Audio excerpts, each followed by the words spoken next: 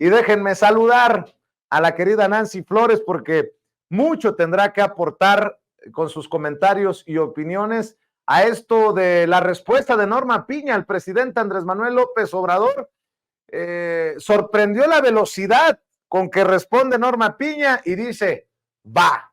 ahora veo que se le vienen encima los que la defendían por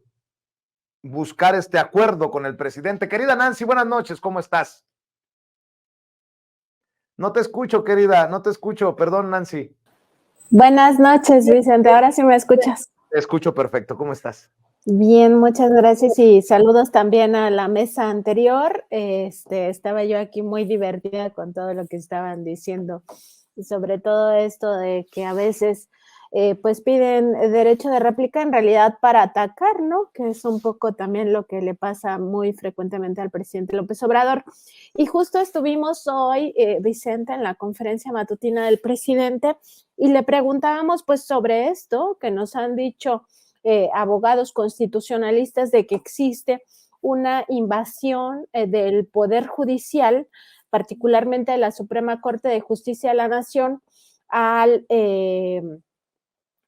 legislativo, bueno, también al ejecutivo, pero eso no lo preguntamos, nada más preguntamos el tema de esta invasión al poder legislativo, porque la Corte pues ha tenido esta, digamos, esta forma sistemática de actuar, de echar abajo las reformas o las nuevas legislaciones que buscan, pues de alguna manera ir fortaleciendo al estado de bienestar. Y eso pues ha tenido bastantes repercusiones importantes hasta el punto de que se haya planteado ya la necesidad del llamado Plan C. Y pues le consultábamos al presidente porque estos abogados constitucionalistas pues lo que nos han dicho a la revista Contralínea y también a esta mesa de investigación Contralínea sin censura, pues es justamente que existe esta pues invasión, ¿no? O sea que no necesariamente es legítimo y mucho menos legal lo que está haciendo la Corte y que en el caso particular de los fideicomisos, pues sí iba a existir un posible conflicto de interés cuando ellos pues estuvieran fallando a su favor para que estos fideicomisos no se acabaran, o sea, no fueran extintos, sí. Y ya se volvió todo un enredo, ¿no? Esto del Poder Judicial y de los fideicomisos. Primero, vamos a defenderlo con uñas y dientes, que no se pase en la Cámara de Diputados y en el Senado, algo que no pudieron evitar y se pasó.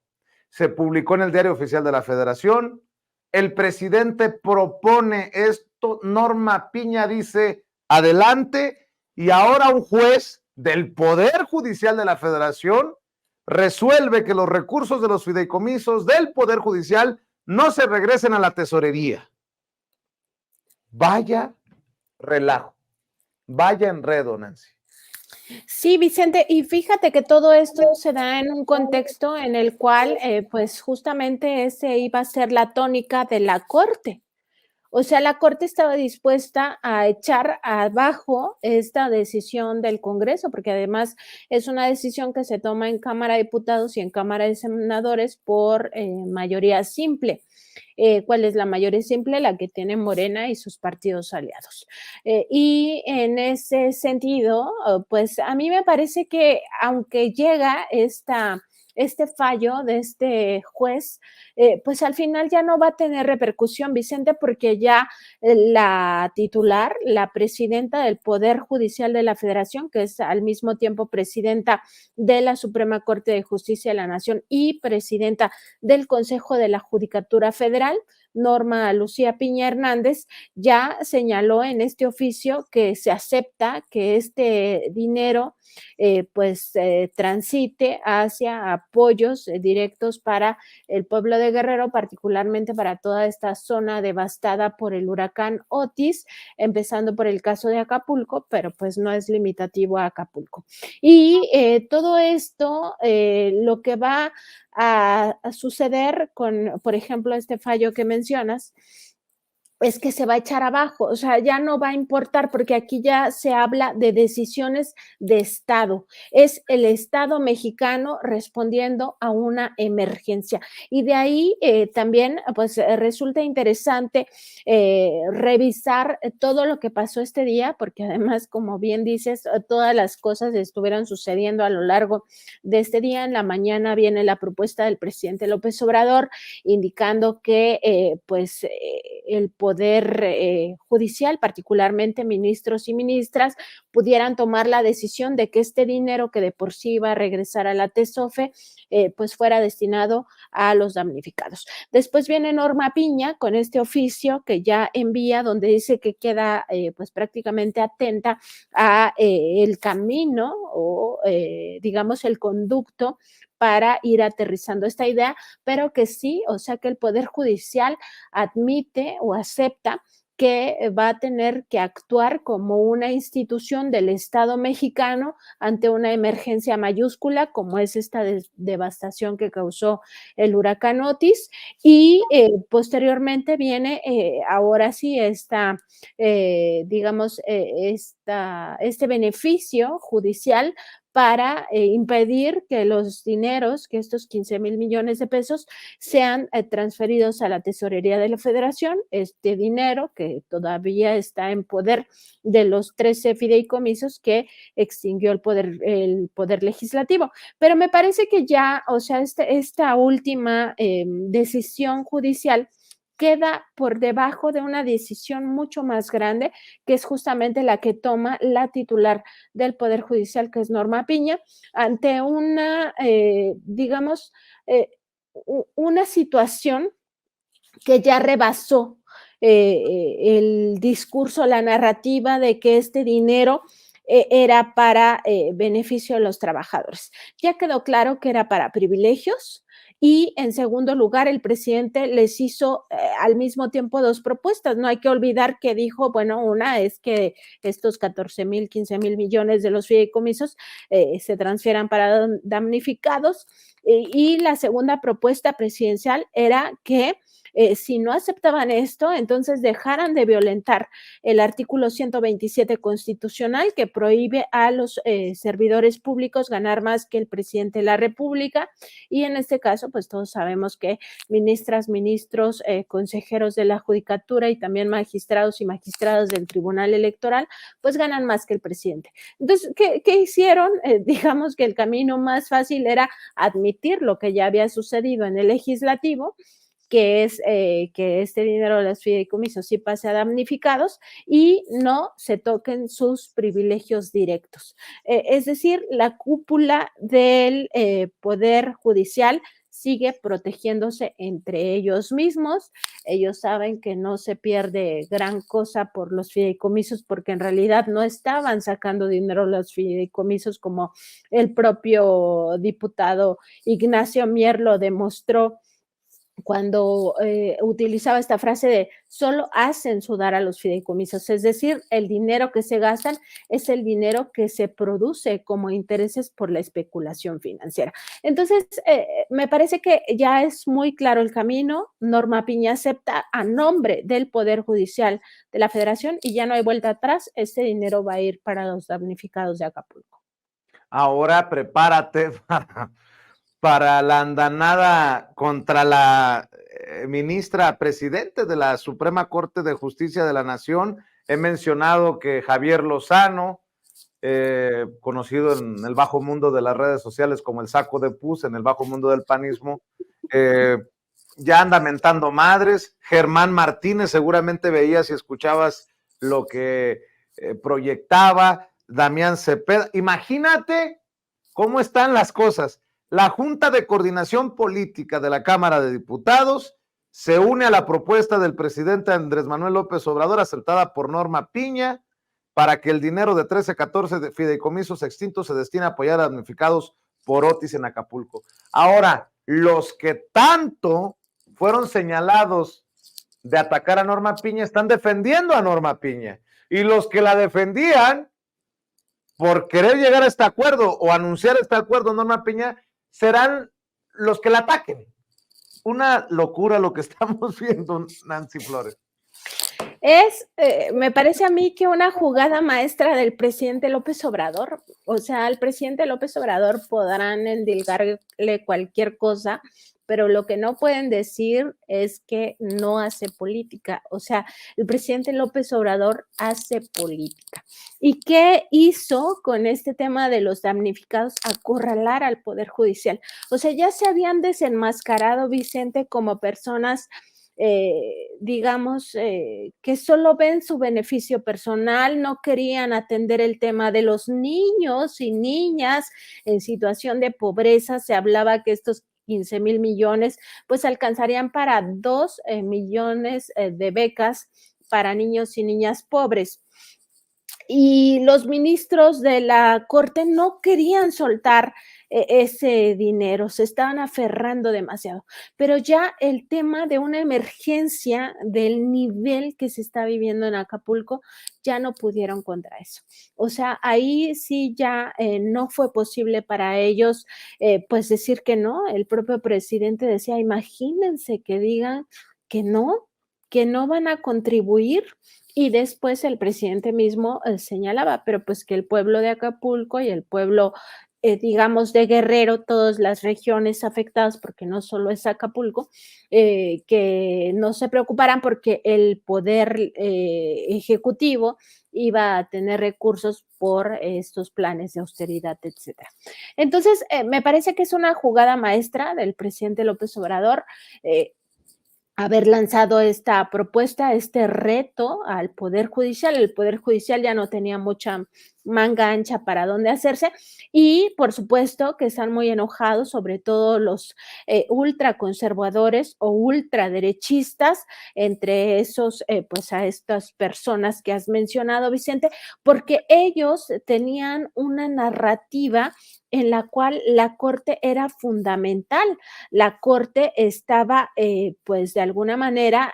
oponiéndose prácticamente a todas las propuestas del presidente López Obrador. Recordar que incluso se filtró este video de Norma Piña diciendo que el silencio no significaba que ellos no estuvieran actuando para defender supuestamente, o los más bien, mejor dicho, para defender los supuestos derechos de los trabajadores del Poder Judicial en referencia a los fideicomisos. Es decir, Norma Piña tenía un frente muy claro con sobre todo grupos panistas. De hecho, había ya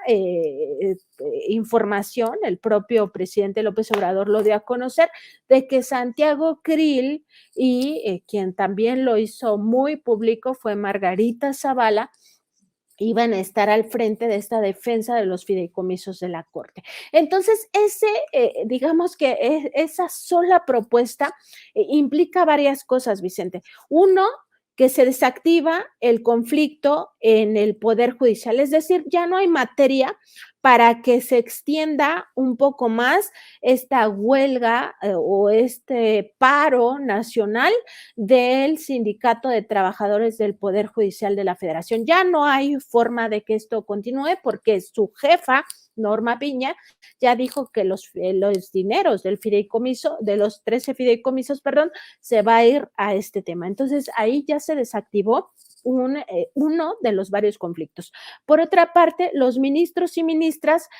ya no van a incurrir en este conflicto de interés de pelearse y volver a invadir al poder legislativo, al echar abajo esta decisión de la extinción de los fideicomisos. Y por otra parte, se desactiva una bandera de la derecha de supuesta defensa a la Suprema Corte de Justicia de la Nación, al Poder Judicial. Ya no pueden decir que hay una intención de dañar, de perjudicar al Poder Judicial, porque el Poder Judicial está aceptando que este dinero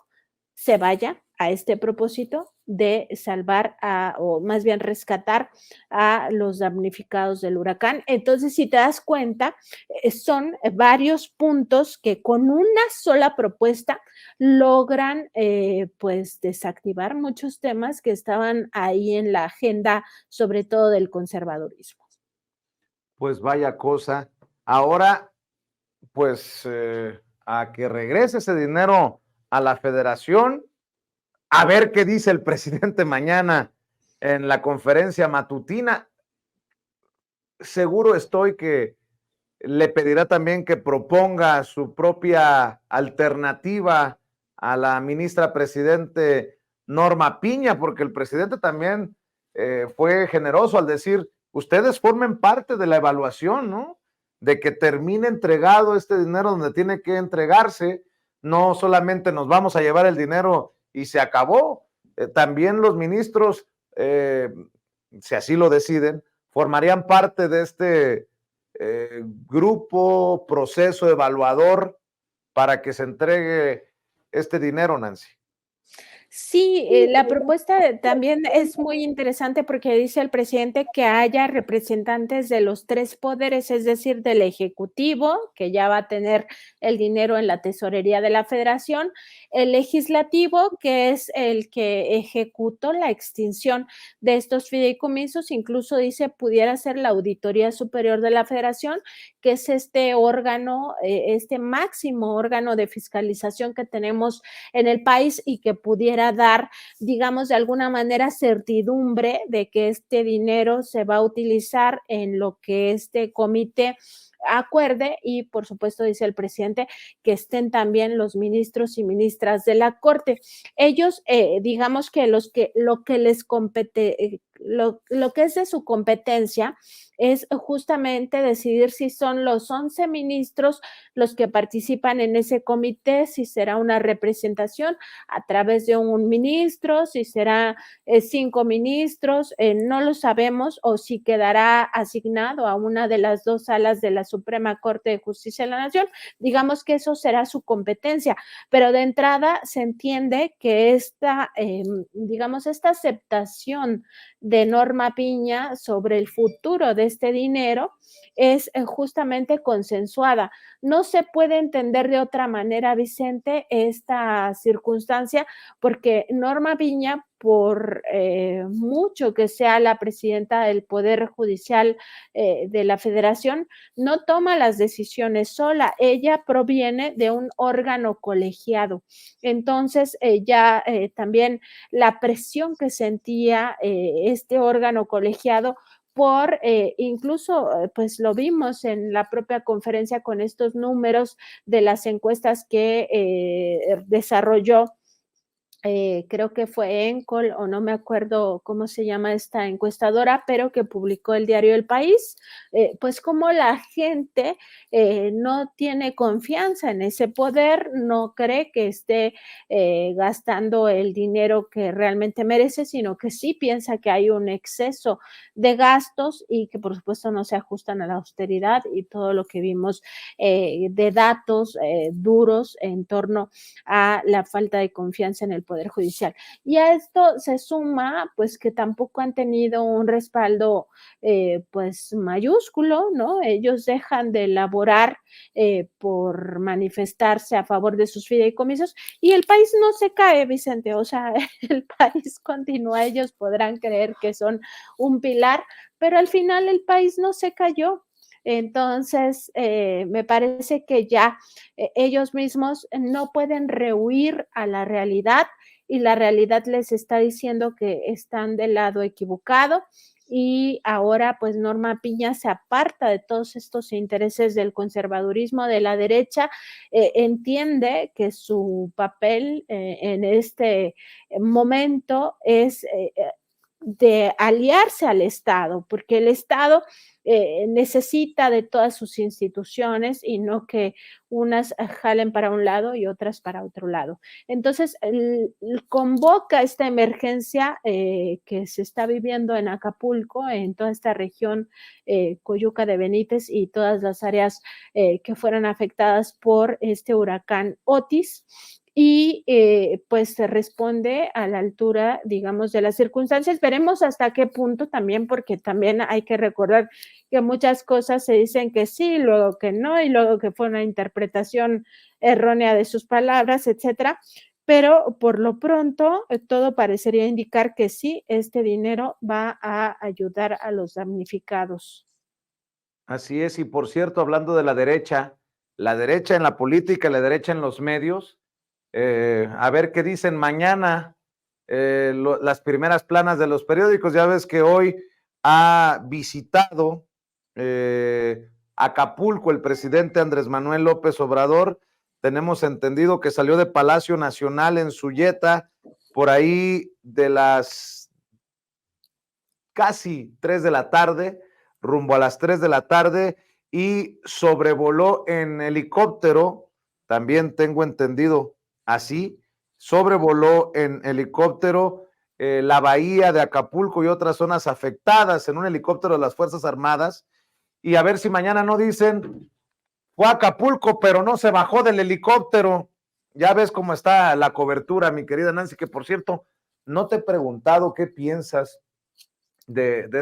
no sé cuál mentira ha sido la más grotesca, pero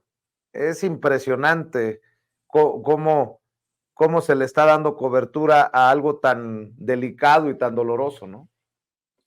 Definitivamente, Vicente, es lamentable el papel que están jugando algunos medios de comunicación, sobre todo los medios de comunicación corporativa, y pues sí, o sea, no hay mucho que esperar realmente también de estas coberturas, o sea, es muy probable que sí venga este tipo de señalamientos, porque a ellos no les gusta absolutamente nada, si va en helicóptero, que porque va en helicóptero, si va caminando, que por qué va caminando, que solo va para la foto, que está fingiendo, que ni siquiera llegó, en fin, o sea, todo les parece mal, pero se entiende por qué. Estos medios están muy enojados con el gobierno del presidente López Obrador, no solo porque ha reducido en más del 50% la publicidad gubernamental, y que era una de las vías de financiamiento, sino también porque les ha cortado los negocios. Vicente, aquí en esta mesa de investigación contra líneas sin censura hemos traído temas donde se revelan los negocios que tenían estos medios de comunicación, algunos vinculados directamente, por ejemplo, con Genaro García Luna, otros de esos medios, además, pues con digamos, este perfil de generar otras contrataciones a base de, pues no te pego si me pagas, ¿no? ¿Y a qué me refiero? Pues concretamente a los casos más recientes que hemos traído, estas contrataciones para la construcción de cárceles o la construcción de hospitales que estaban pues realmente muy, digamos, sobregirados los montos. En el caso de los hospitales, pues tú lo recordarás bien, Vicente, se documenta cómo estaban en 1,800% por encima del costo real, y ahí había un medio de comunicación que participaba, el Grupo Imagen. El Grupo Imagen, a través de una de las empresas de Olegario Vázquez Aldir, que se llama Prodemex, pues tenía esta contratación de hospitales. Entonces, se les ha ido retirando todo este tipo de contratos, están muy, muy enojados por eso, y además ellos mismos pertenecen pues a este grupo de intereses creados, el grupo empresarial que estaba acostumbrado pues a tomar las decisiones importantes, a zarandear, que no se nos olvide, a los presidentes de la República, como ocurrió en su momento con un directivo de OHL, si no me equivoco, con el presidente Peña Nieto, que ahí lo tenía zarandeando en un acto público. Entonces, pues estos medios de comunicación se alejan totalmente del deber ser del periodismo. Ayer lo hablaba con Paco Cruz de cómo el deber ser del periodismo pues es precisamente convertirse en una herramienta para ejercer el derecho humano a la información. Este derecho es base de la democracia y al mismo tiempo es base o más bien es llave para acceder a otros derechos humanos, porque con información uno ejerce y exige sus tus demás derechos. Si tú no tienes conocimiento de que tienes derecho, por ejemplo, a la salud, a la educación, al medio ambiente sano, al agua limpia, a la vida, a cualquier derecho humano que se nos ocurra, a vivir una vida libre de violencia, pues no tenemos la capacidad de exigirlos y tampoco sabemos cómo ejercerlos. Entonces, estos medios sistemáticamente acaban violando esos derechos humanos, acaban siendo cómplices de dictaduras, como lo que hemos vivido en los años pasados, o más bien en los sexenios pasados, con el PRI y el PAN, o sea, donde se nos imponían las propias autoridades. Me parece que sí, ya cuando uno piensa, es que los medios ya no pueden llegar más bajo, llegan más bajo y cada vez creo yo que cavan una tumba de la que no van a poder salir, porque sí es verdad, pueden manipular a un sector de la sociedad, un sector que sea ignorante o que no tenga las herramientas necesarias para comprender la realidad, o un sector que está plagado de intereses por supuesto corruptos, o un sector que carece de información y que su única vía de informarse, o más bien de desinformarse, es precisamente a través de estos medios. Eso sí va a seguir pasando, pero cada vez en menor medida, porque la gente no es tonta, y decir que desde hace muchísimo tiempo, o sea, no es nuevo la crítica a los medios. Acuérdate, Vicente, que incluso hay una canción del grupo Molotov que decía que no te haga bobo Jacobo. Y había muchas manifestaciones antes de la época de las redes sociales donde la gente iba con una caja de cartón y decía apaga la caja idiota, o donde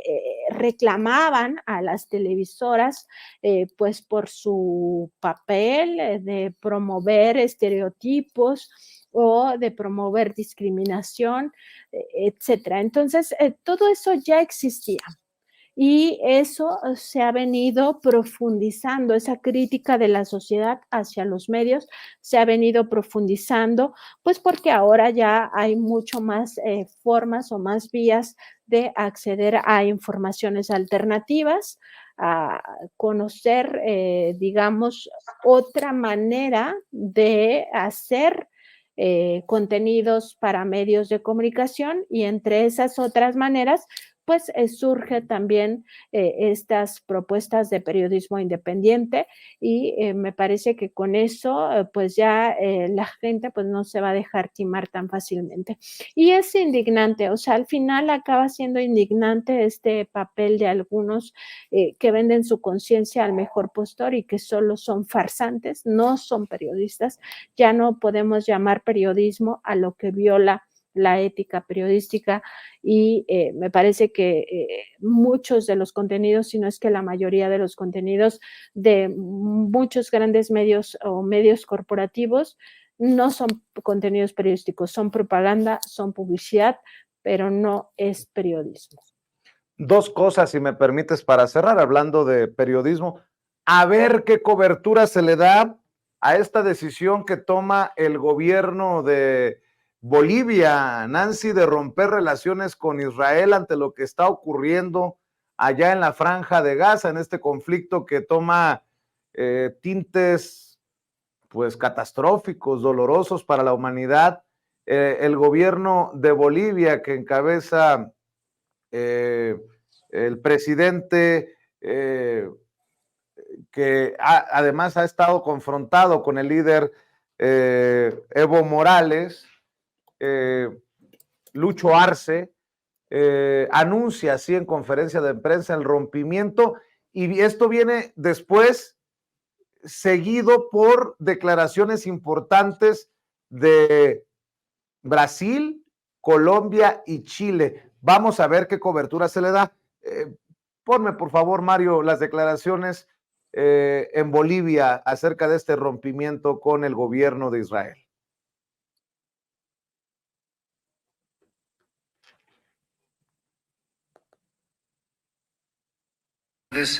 Hemos convocado a esta conferencia de prensa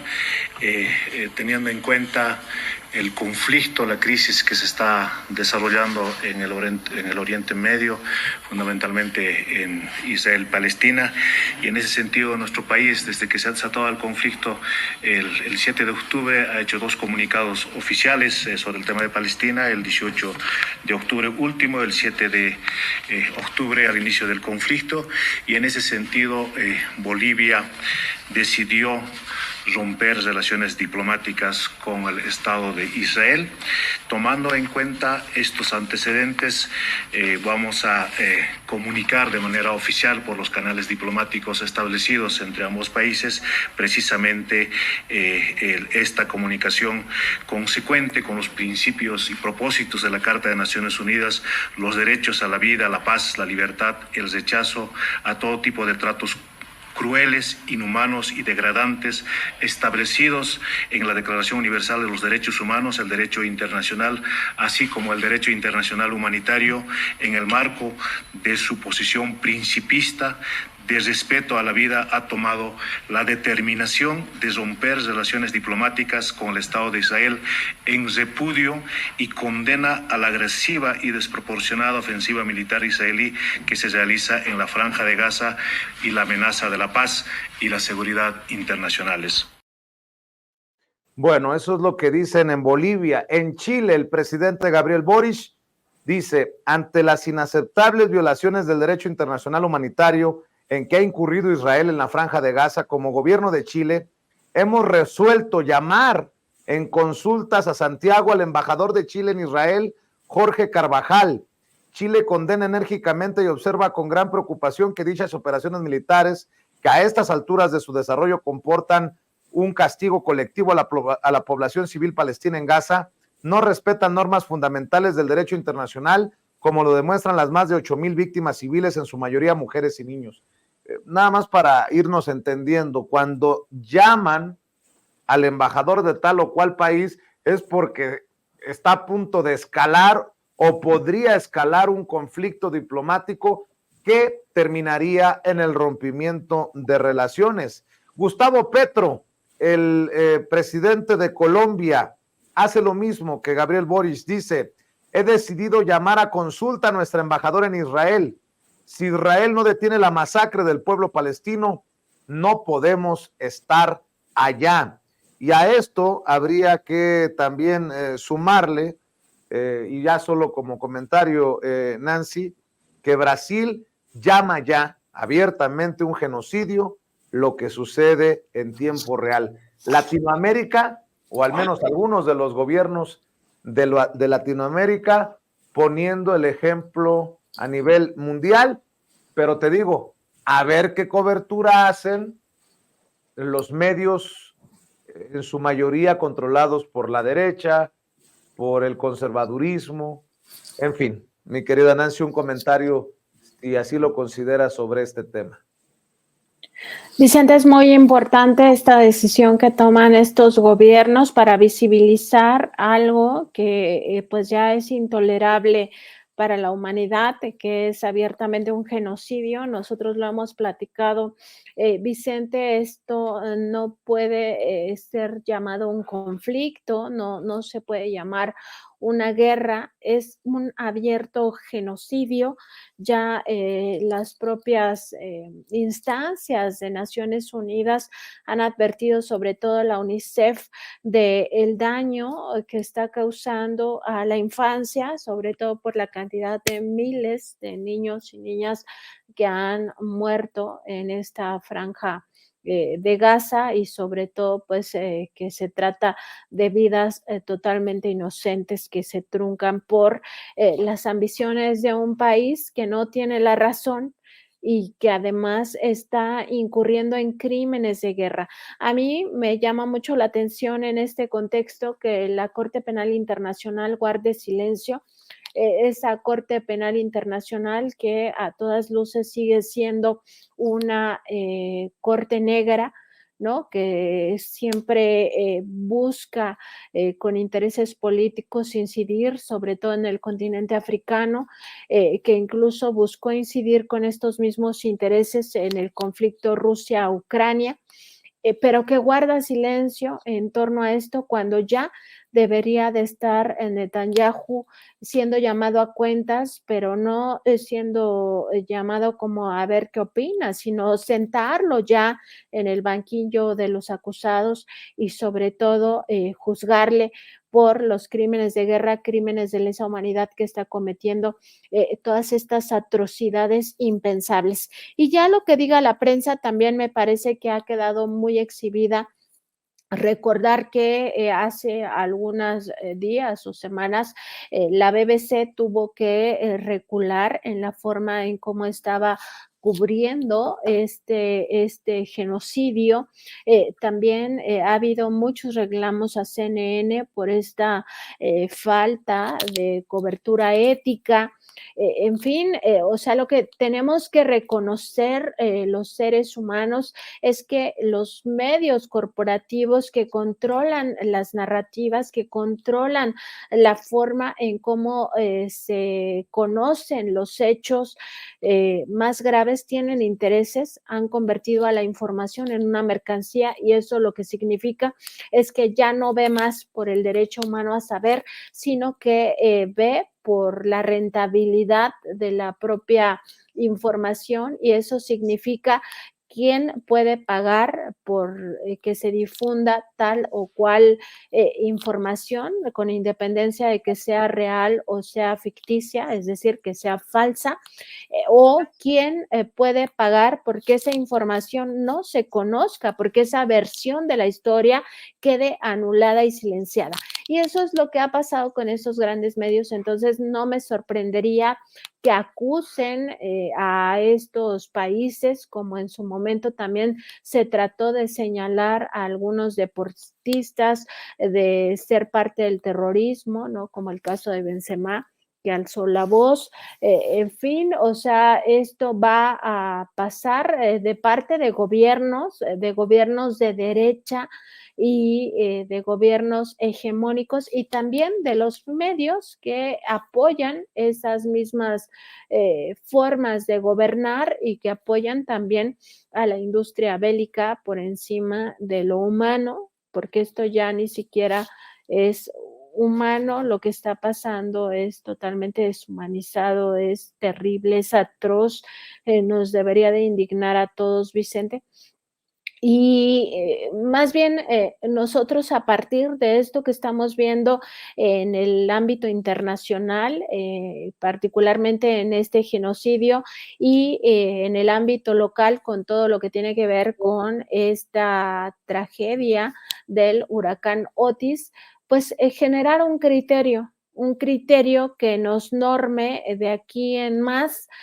a quién vamos a destinarle nuestro tiempo para escuchar, a quién vamos a darle la credibilidad que requieren los medios informativos o de los medios de comunicación. Y si ya es sistemático estar viendo que incurren pues en estas faltas graves a la ética periodística, en estas violaciones sistemáticas al derecho humano a la información, pues entonces empezar a tomar decisiones, Vicente, porque estos medios no van a cambiar, no van a entender que esta no es la forma de cubrir los hechos noticiosos si no existe una reacción social, si no empiezan a perder anunciantes porque ya no tienen audiencia. Esa es la única manera de cambiar lo que está pasando y, por supuesto, hacer reclamos como en su momento la propia BBC vivió a las afueras, tanto que tuvo que salir y ofrecer disculpas y cambiar la forma en cómo estaba cubriendo este genocidio, pues porque ya es intolerable también para otras sociedades que los medios quieran vernos la cara, eso ya no es sostenible y hay que demostrárselos. Digamos, el único camino para que estas cosas cambien. Así es. Y para cerrar, Nancy, si me permites preguntarte, le hiciste un planteamiento al presidente sobre este caso, una suspensión de un personaje cercano a Claudia Zavala por tergiversar, mentir, hacer chanchullo y buscar que literalmente se tumbaran las mañaneras del presidente Andrés Manuel López Obrador al ponerle palabras que él no dijo en aquel caso de presunta violencia en razón de género en contra de Xóchitl Gálvez. Ahora, pues la pregunta es ¿a dónde va a terminar esta investigación? Porque el propio presidente dice, las órdenes vinieron de arriba, en referencia a Claudia Zavala, quien encabeza la Comisión de Quejas y Denuncias del Instituto Nacional Electoral, una comisión que es la más anti-López Obradorista, si me permiten la expresión, querida Nancy. Sí, Vicente, también me parecía importante consultarle acerca de este tema, que es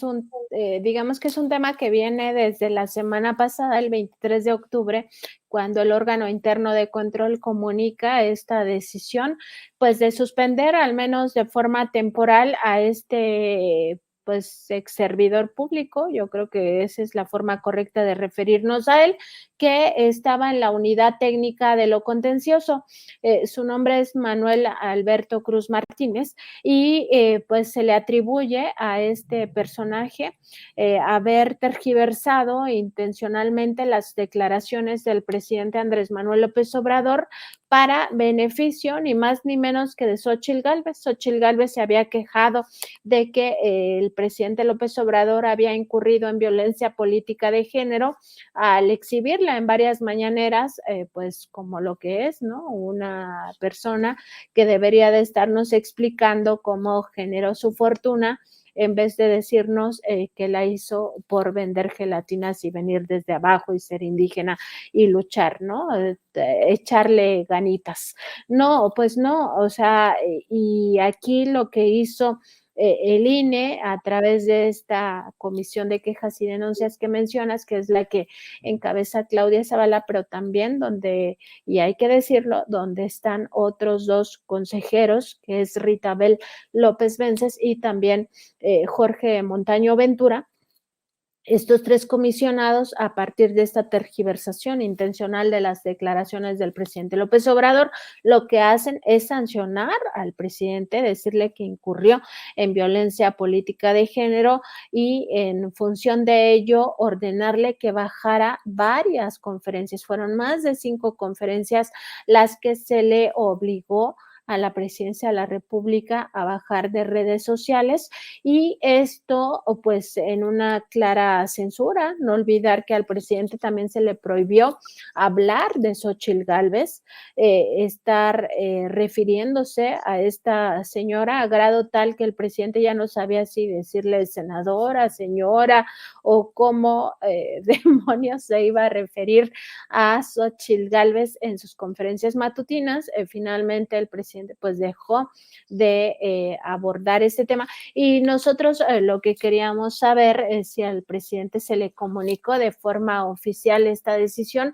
sobre todo si el INE ya había echado para abajo esa decisión que claramente es indebida porque surge de la tergiversación intencional de sus declaraciones, es decir, es un montaje, Vicente, esto es un montaje del INE para sancionar al presidente de la República y al mismo tiempo censurarlo, y esta censura lo que significa también es una violación al derecho humano que tenemos todos y todas, si es nuestra intención informarnos o escuchar esta conferencia mañanera. Entonces, bueno, el presidente López Obrador claramente dice que él observa que este exfuncionario del INE no es el cabecilla de esta maquinación, evidentemente, ¿no? Este montaje no pudo haber salido de un funcionario menor, es lo que advierte el primer mandatario, y señala que desde su punto de vista,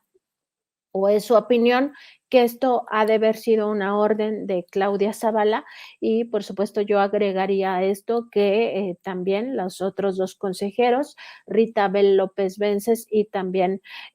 Jorge Montaño Ventura, tienen responsabilidad. Entonces, bueno, el presidente también ya, digamos que un poco pasando la página, dice, pues ya, o sea, lo bueno que no cancelaron la conferencia matutina para siempre y en todo caso se hubiera hecho a las 2 de la mañana. O como dicen también los de este programa tan chistoso de Operación Mamut, ¿no? La nocturnera, o sea, ya ahora no vamos a tener la mañanera, sino la nocturnera. Entonces lo hace un poco en tono de mofa, pero en realidad a mí me sigue pareciendo preocupante esta actitud de estos órganos que siguen estando capturados por intereses de la derecha, sobre todo intereses conservadores, y que están dispuestos a violentar la ley, a caer en un montaje tan burdo como este y salirse con la suya. Entonces, como tú bien dices, Vicente, esta investigación debería de irse más a fondo y no romperse, pues así como se dice coloquialmente, por el hilo más delgado, sino más bien sí revisar la responsabilidad de los consejeros electorales que forman parte de esta comisión de quejas y denuncias. Mi querida Nancy, cerremos esta mesa de investigación contra Líneas Sin Censura TV con lo de siempre, con la invitación para esta audiencia para que Amor con Amor se pague, para que los lean, para que los vean, para que los escuchen ahí en los esfuerzos que realizan, Nancy.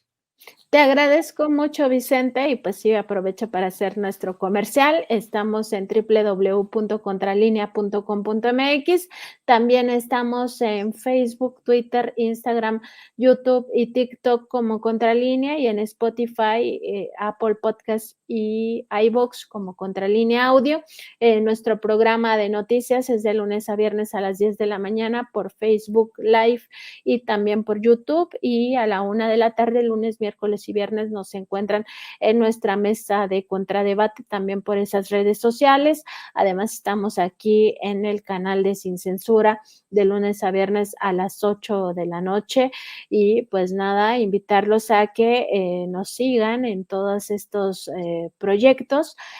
pues porque aquí sí van a encontrar información de calidad, Vicente, además con nuestro compromiso que siempre es por la búsqueda de la verdad, la responsabilidad con la sociedad, la independencia y la honestidad. Claro que sí, mi querida Nancy, tú sabes que te admiro, que te respeto. Te mando un abrazo y nos vemos mañana en otra mesa de investigación contra Líneas Sin Censura TV. Que descanses. Un abrazo, Vicente, y también un abrazo a la audiencia. Buenas noches.